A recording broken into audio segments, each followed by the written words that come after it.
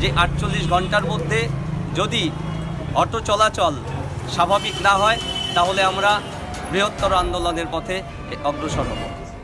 নবদ্বীপে অটো চালকদের গোষ্ঠী কোন্দলের জাতাকলে পিষছে সাধারণ মানুষ। 48 ঘন্টার মধ্যে অটো চলাচল স্বাভাবিক না হলে বড় আন্দোলনের হুঁশিয়ারি পঞ্চায়েতের উপপ্রধানের। নবদ্বীপের স্বরূপগঞ্জ ঘাট এলাকায় স্বরূপগঞ্জ থেকে কৃষ্ণনগর যাওয়ার প্রধান যান ব্যবস্থা অটো বন্ধ আছে 3 দিন ধরে। ওই এলাকায় অটো চালকদের মধ্যে দীর্ঘদিন ধরে সমস্যা নিজেদের মধ্যেই, আর সেই অটো চালকদের সমস্যার জাতাকলে পড়ে সাধারণ মানুষকে হয়রানি হতে হচ্ছে। কয়েকদিন আগে এই তৃণমূল অটো চালকদের গোষ্ঠী কোন্দলের ফলে পথ অবরোধ হয়েছিল। সেই সময় নবদ্বীপের পৌরপতির আশ্বাসে সাময়িক স্বস্তি পেলেও সমস্যা মিটিয়ে দীর্ঘদিনের স্বস্তি দিতে পারেনি তিনিও। এবার গত 3 দিন ধরে বন্ধ এই রুটের অটো চলাচল, যার ফলে সমস্যায় পড়ছে সাধারণ মানুষ।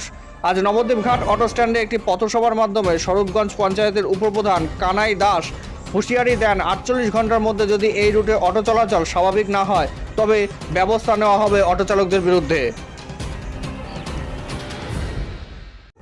আরেকবার জানাই, নবদ্বীপে অটো চালকদের গোষ্ঠী কোন্দলের জাতাকলে পিষছে সাধারণ মানুষ। 48 ঘন্টার মধ্যে অটো চলাচল স্বাভাবিক না হলে বড় আন্দোলনের হুঁশিয়ারি পঞ্চায়েতের উপপ্রধানের। নবদ্বীপের স্বরূপগঞ্জ ঘাট এলাকায় স্বরূপগঞ্জ থেকে কৃষ্ণনগর যাবার প্রধান যান ব্যবস্থা অটো বন্ধ আছে 3 দিন ধরে। ওই এলাকায় অটো চালকদের মধ্যে দীর্ঘদিন সমস্যা নিজেদের মধ্যেই, আর সেই অটো চালকদের সমস্যার জাতাকলে পড়ে সাধারণ মানুষকে হয়রানি হতে হচ্ছে। কয়েকদিন আগে এই তৃণমূল অটো চালকদের গোষ্ঠী কোন্দলের ফলে পথ অবরোধ হয়েছিল। সেই সময় নবদ্বীপের পৌরপতির আশ্বাসে সাময়িক স্বস্তি পেলেও সমস্যা মিটিয়ে দীর্ঘদিনের স্বস্তি দিতে পারেননি তিনিও। এবার গত 3 দিন ধরে বন্ধ এই রুটের অটো চলাচল, যার ফলে সমস্যায় পড়ছে সাধারণ মানুষ। আজ নবদ্বীপ ঘাট অটো স্ট্যান্ডে একটি পথসভার মাধ্যমে স্বরূপগঞ্জ পঞ্চায়েতের উপপ্রধান কানাই দাস হুঁশিয়ারি দেন 48 ঘন্টার মধ্যে যদি এই রুটে অটো চলাচল স্বাভাবিক না হয় তাহলে অটো চালকদের বিরুদ্ধে ব্যবস্থা নেওয়া হবে।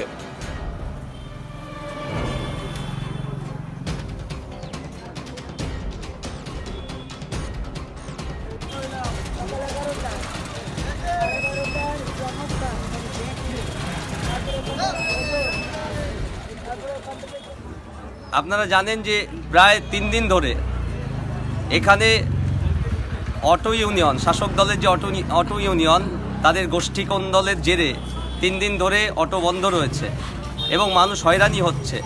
যাত্রীরা প্রচুর ভাড়া দিয়ে কৃষ্ণনগরে পৌঁছচ্ছে। এর ফলে মানুষের মধ্যে ক্ষোভের বহিঃপ্রকাশ ঘটছে। যারই পরিপ্রেক্ষিতে আজ আমরা এই স্বরূপগঞ্জের চারমাথা মোড়ে উপস্থিত হয়ে এই পথসভার মধ্যে দিয়ে মূলত 48 ঘন্টা আমরা বেঁধে দিয়েছি যে 48 ঘন্টার মধ্যে যদি অটো চলাচল স্বাভাবিক না হয় তাহলে আমরা বৃহত্তর আন্দোলনের পথে অগ্রসর হব।